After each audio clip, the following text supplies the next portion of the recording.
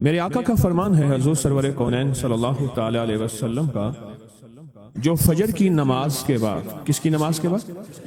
جو فجر کی نماز کے بعد سورۃ یاسین پڑھتا ہے، اللہ پاک جل شانہ فرماتے ہیں کہ جا آج کے سارا دن کی کاموں کی کفایت، تیرے سارے کاموں کی کفایت میرے ذمہ ہے۔ کتنی دفعہ پڑھتا ہے؟ ایک بار۔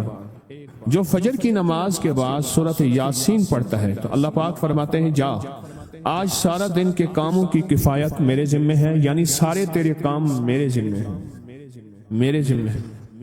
میں ایک عمل بتایا کرتا ہوں کہ جب آپ کسی نئے گھر میں جائیں 81 بار سورۃ یاسین مل کے پڑھ لیں۔ نئے گھر میں جائیں، اپنے گھر میں رہتے ہوئے تسبیح خانہ نیا گھر ہے، وہ گھر بھی عارضی ہے، بھی عارضی، کیا خیال ہے؟ اور یہاں اگر سورۃ یاسین 81 دفعہ پڑھ لیں، وہاں کی ساری برکات نصیب ہوتی ہیں۔ یہ جو 81 کا عدد ہے یہ اوتاد کا ہے۔ قرآن کی کون سی آیت ہے اوتاد کے ساتھ؟ والجبال اوتادا۔ اوتاد عربی زبان میں میخوں کو کہتے ہیں، ہم نے پہاڑوں کو میخیں بنا دی ہیں۔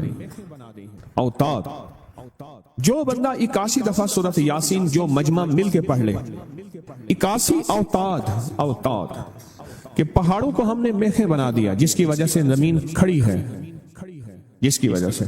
اسی طرح نظام عالم جو کھڑا ہے اوتادوں کی وجہ سے ہے۔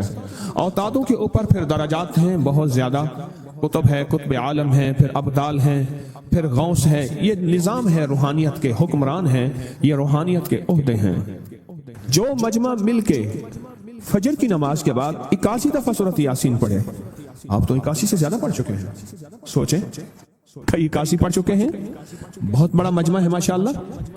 81 دفعہ سورۃ یاسین مجمع مل کے پڑھے اور مخلصین کا مجمع ہو، یہ شک ہے کہ مخلصین ہیں یا نہیں ہیں۔ مثلاً آپ جائیں اور آپ جا کے کہیں سے بندے اکٹھے کر کے لائیں اور انہیں لاکھ مخلص ہونے کا 1 گھنٹے کا گھوٹا لگائیں اور ان سے بات کریں، پھر بھی شک ہے مخلصین ہیں یا نہیں ہیں۔ اور یہاں الحمدللہ آپ سارے مخلصین بیٹھے ہیں، کہیں الحمدللہ۔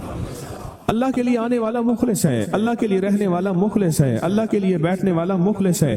جب مخلص ہوں اور 81 دفعہ سورۃ یاسین پڑھیں تو فرمایا اللہ جل شانہ اس کی جگہ کے لیے ایک لفظ ہے، رب ادخلنی مدخل صدق واخرجنی مخرج صدق واجعلنی من لدنک سلطانا نصیرا۔ اس کا مفہوم یہ ہے، آیت کا ترجمہ اب میں مفہوم بیان کر رہا ہوں۔ اے میرا مولا، میرا یہاں آنا، ادخلنی مدخل صدق واخرجنی مخرج صدق، میرا رہنا، میرا جانا، میرا آنا، میرا بیٹھنا، اے سخی آقا اس کو ایسے بنا دے جیسے تیری بارگاہ میں کوئی بادشاہ ہوتا ہے، کوئی سلطان ہوتا ہے اور کوئی بڑا ہوتا ہے، اور تو اس کے لیے کیا مسندیں بچھائے گا اپنے خزانے غیب میں، جو تیرے خزانے میں بادشاہ، جنت کا ہر جنتی بادشاہ ہوگا، ہر جنتی بادشاہ ہوگا، اس کے لیے قالین ہوں گے، اس کے لیے نعمتیں ہوں گی، اس کے لیے انعامات ہوں گے اور اس کے لیے حیرت انگیز برکتیں ہوں گی۔ فرمایا جو 81 دفعہ پڑھے گا اللہ کے خزانوں میں اس کا شمار بادشاہوں میں ہوگا۔ جو 81 دفعہ سورۃ یاسین پڑھتا ہے اس کی چاہت سے ملتا ہے، ضروری نہیں وہ کہے۔ اس کو گہرائی سے سوچیں، اس کو پھر سوچ کے سوچیں۔ جو 81 دفعہ سورۃ یاسین پڑھتا ہے اس کی کس سے ملتا ہے؟ چاہت سے ملتا ہے، وہ جو چاہتا ہے اللہ دے دیتا ہے۔ فجر کی نماز کے بعد 81 دفعہ سورۃ یاسین پڑھنے سے اللہ اس کی چاہت کے مطابق دے دیتا ہے۔ حضرت گیسو دراز بندہ نواز ایک بزرگ گزرے ہیں، بہت بڑے اللہ والے تھے، ان کی زلفیں تھیں گیسو دراز۔ ان کا معمول تھا کہ ان کی خانقاہ میں روزانہ 81 دفعہ سورۃ یاسین پڑھی جاتی تھی اور پھر دعا مانگی جاتی تھی۔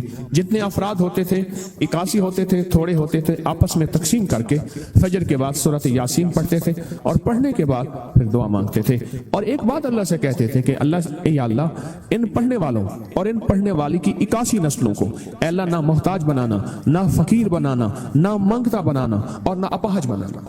اللہ کے اس ولی کی یہ دعا ہوتی تھی۔ اور سورۃ یاسین کتنی دفعہ پڑھی جاتی تھی؟ ہے جی 81 دفعہ سورۃ یاسین پڑھ کے دعا مانگتے تھے۔ اور قدرت کا نظام دیکھیں، تاریخ بتاتی ہے کہ ان کے اس محفل میں بیٹھنے والے جتنے بھی تھے جنہوں نے دل کی گہرائیوں سے سچے جذبے سے، یہ نہیں ہے کہ فجر پڑھ کے سو گئے یا فجر سے پہلے ہی سو گئے، سچے جذبے سے جنہوں نے پڑھا، اللہ پاک نے ان کی نسلوں میں رزق، وسعت، دولت، ایمان، عافیت، بیٹے، نعمتیں، خیریں اور برکتیں عطا کی۔ اللہ نے ان کی نسلوں میں وہ چیزیں عطا کی جنہوں نے فجر کی نماز کے بعد مل بیٹھ کر 81 بار سورۃ یاسین پڑھی۔ کیوں؟ 81 اوتاد ہیں۔ قرآن پاک میں ایک لفظ ہے سورۃ کہف ہے۔ کہف، کیوں جی کہف؟ کہف ہے۔ اس نام میں بڑی طاقت ہے۔ اب اس نام کو میں نے جو آپ کی خدمت میں عرض کیا، کچھ لوگوں کے تجربات بتا دوں۔ کہنے لگا یہ لفظ میں نے پہلی دفعہ روحانی کلاس میں سنا تھا۔ گھر کی چار دیواری، گھر کے اندر کی دیواروں پر، حتیٰ کہ چھت پر، ہر جگہ میں نے اس کو انگلی سے لکھا، کہف، بس انگلی سے لکھا، کہف، بس لکھ دیں انگلی سے، کہف۔ آگے سنیں، ہمارے تہخانے میں کوئی چیز داخل نہیں ہو سکتی۔ پتہ نہیں کہاں سے ایک سانپ کا بچہ میں نے دیکھا تو تہخانے کی فرش پہ رینگ رہا۔ کہنے لگے میں نے سانس بند کر کے 11 پار پڑھا کہف، اور اس میں پھونک مار دیا۔ اب وہ ہل نہیں سکتا تھا، ہر طرف سے اس کو کڑا مل گیا، اور پھر ہم نے اس کو آرام سے مار ڈالا۔ 11 بار کیا پڑھا؟ کہف۔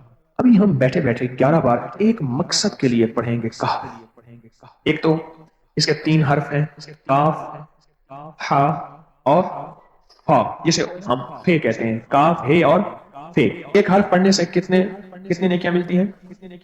10 نیکیاں ملتی ہیں، اور 30 نیکیاں تو نقد ہمیں مل جائیں گی، 30 نیکیاں۔